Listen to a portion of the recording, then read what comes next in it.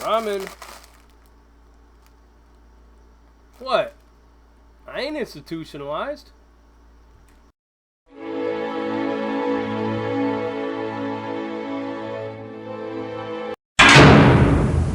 Yo, what's cracking, everybody? Welcome back to Prison Break Raw. I'm your host, the one and only J.D. Rutherford. Go ahead and give this channel a subscribe, a like, share it, leave some thumbs up, some questions, some messages, some comments, all that. Let's go ahead and get into this. Am I institutionalized?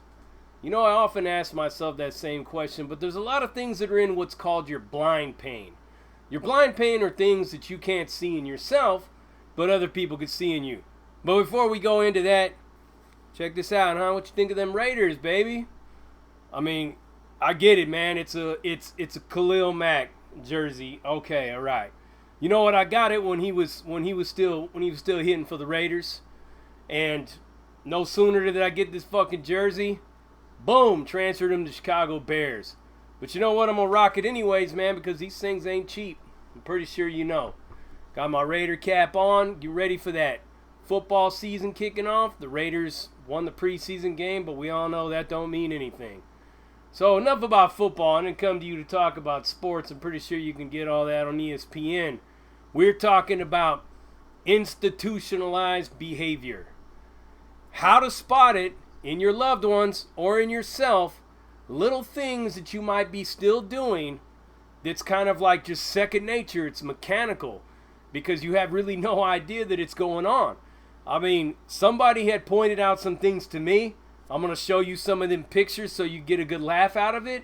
And if you see these things happening in one of your loved ones returning, your husbands, your wives, brothers, uncles, fathers, whoever, and they're doing these things right here, then you know more than likely they're probably institutionalized. Because institutionalized behavior is not always bad. I mean, we learned a lot of things in prison. I mean, I learned a lot of respect, a lot of mannerism.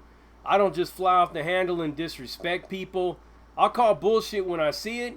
I'll call things out. I'll call people out on things. I'm pretty assertive in my communication. I'm not afraid to approach anybody or talk to anybody. Ain't no puppy piss running through this heart right here. But institutional behavior is a lot of the things that we've learned on the inside. Now, institutional behavior could be demonstrated in a lot of different people. For some of you out there that are watching that are ex-military or ex-law enforcement or maybe still law enforcement or still military or anything to that nature where your life was mechanical and it was routine and it was under the gun of an institutionalized practice of discipline like the military, like prison, chances are you're probably institutionalized yourself. If you're military or something like that and you're still looking at your watch and it's on a 24-hour schedule, guess what? You're probably institutionalized. But I'm going to show you some things. You're going to see some pictures about institutionalization. But with me, I still kept a lot of the stuff that I had released from. Now, for some of you that know my story, I basically got out of the federal prison system on January 12, 2017. And I released to Oklahoma City, Oklahoma, a place that I've never lived, never visited, didn't even know the fucking state existed until I rolled through it. It just so happened that I got off I-40, walked into the Walmart, robbed a bank, got back on I-40, and I was gone. Back towards Texas, and I'm originally a California boy. But I explained to some people that after my father had died, most of my family moved out of Cali, and I was already still in the CDC at that time, so my mother had moved out to Texas. So it was kind of like I was going back and forth to there. And institutionalized behavior for me is a lot of the things, these habits and these tics and everything that I do, that I still do to this day. The way I talk, certain things that how I approach situations, how I communicate with people. I mean, anytime that I got like an issue with somebody, it's kind of like a junta when I'm dealing with these people, right? It's like, you know, got to get all the shot callers around, all the llaveros and all that, and we're going to square this business away. And it's really funny because a lot of people don't catch on to this unless you've been in prison. But this situation just happened the other day, and somebody pointed out to me saying, "Hey man, you're not on the yard anymore, homie.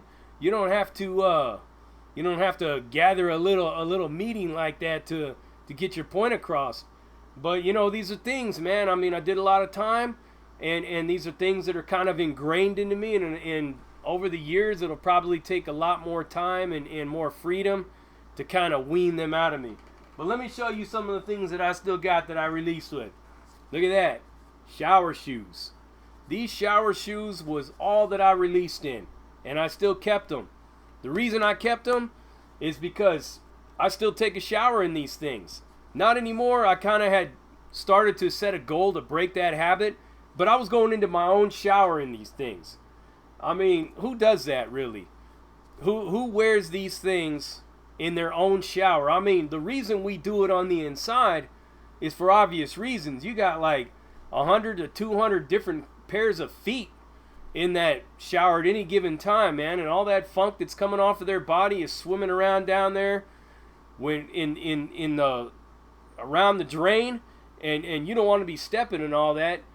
I mean, people's ass, people, who knows if somebody would have pissed in there, and your feet, your bare feet are all up on that. So shower shoes is a necessity in prison. When you get out of prison, if you're still wearing them, chances are you're institutionalized. So I got this t-shirt, man. It's the t-shirt I released in. I held on to it. I wore it for a long time. Probably because I'm still institutionalized a little bit. Sweatpants that I released in. Most definitely. Look at this duffel bag that the feds gave me. This goddamn duffel bag. And all I had to carry in this duffel bag was all my legal paperwork. All my paperwork, man. This is my whole life story right here. Kept it. Held on to it. So institutionalized behavior. Look at this picture right here. Now this is my bathroom. This girl that I was messing with some time ago took this picture, and it made her laugh because she'd done time too, right? And she was like, "What the hell, man? Why do you got wet socks, wet boxers drooped over the shower curtain rod?" And look at this, right? Cleaning my bathroom with what? That's right, a towel. I got a towel, a damp, wet towel draped over my toilet, and she found this like this and thought it was interesting and funny and comical, so she snapped some pictures of it, and now here they are. I mean, what do you think? Institutionalized behavior? Most definitely. So here are some signs for you to look out for in somebody that you know that may be institutionalized. Number one, are they still wearing shower shoes in the shower? Break them of that habit. Tell them there's no reason for you to be wearing those shower shoes in that shower anymore, because I mean, you're all family in there, man. I mean, you don't really need to do all that. Some people still do, and some people are just that much of a germaphobe to be like that. Number two, when they're brushing their teeth, where are they spitting? Are they spitting in the toilet or are they spitting in the sink? Now, on the inside, you don't spit in the sink because you got to think of one thing about living in a cell. That sink is where you wash your dishes. It's where you do a lot of things in that sink right there. And the toilet's usually always right directly below that sink. So why spit in the sink when there's two of you in there?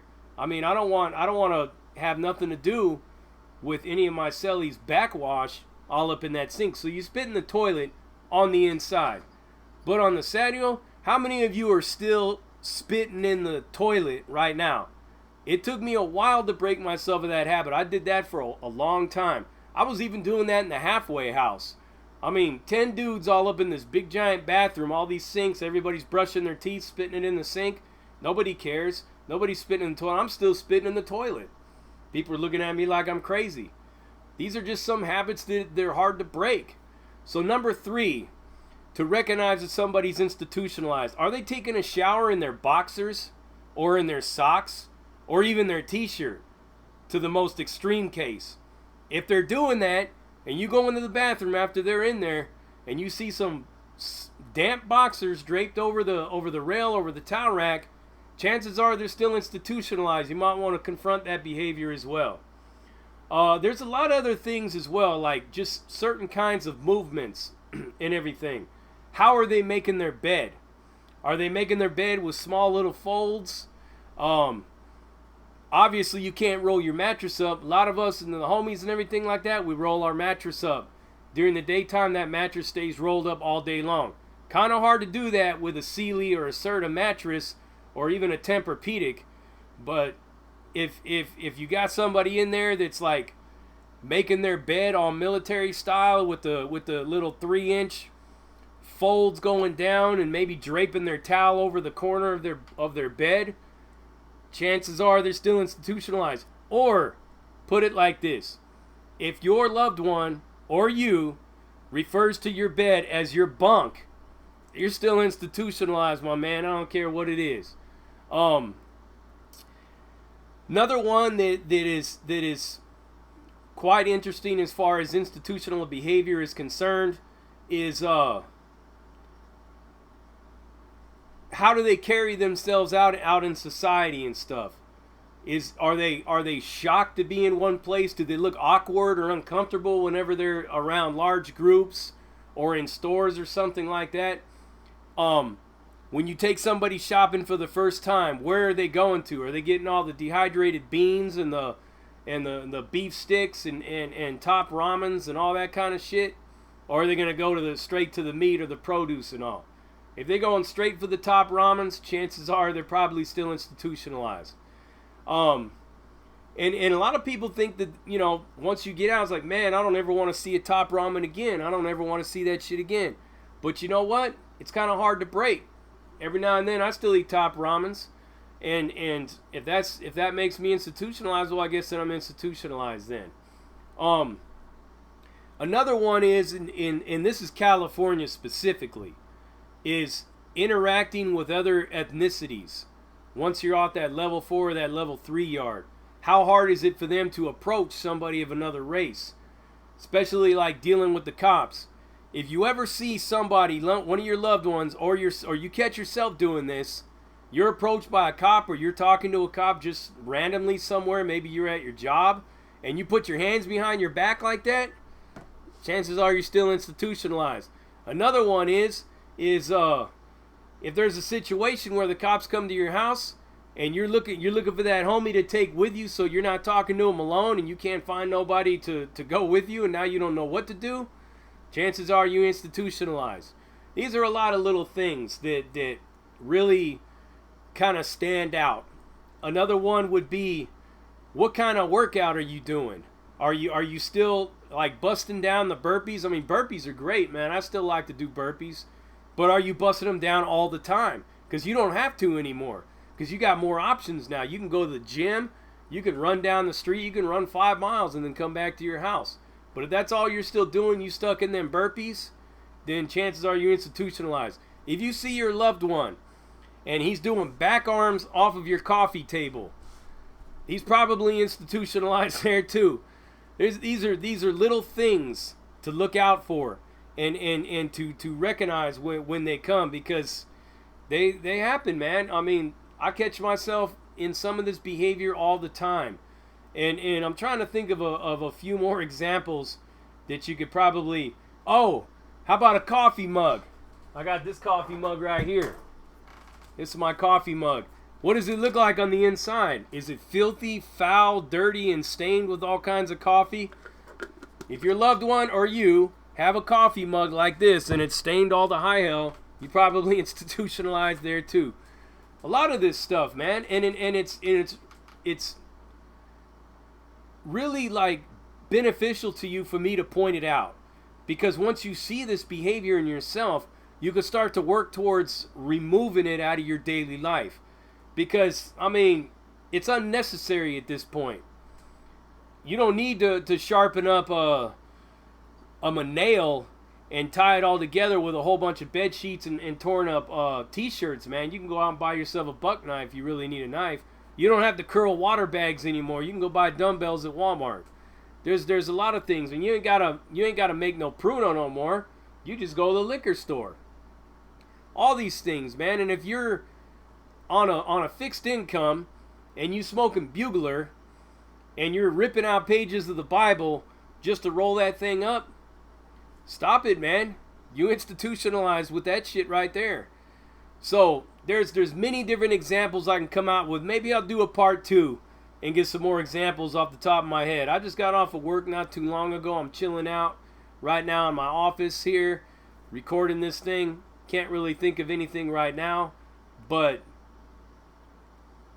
it's a lot of things. If you're yelling down the hall like the Waltons, buenos noches, to your whole family, you probably institutionalized there too. So we'll go ahead and leave that one with that. Let me know what you think of this video. If you got some institutionalized behavior that you're still experiencing, that you're trying to shake loose, shoot me a message or a comment in the feed right here, and I'll try to get back to you on that, and maybe we'll throw that in the next reel. Until then, peace out.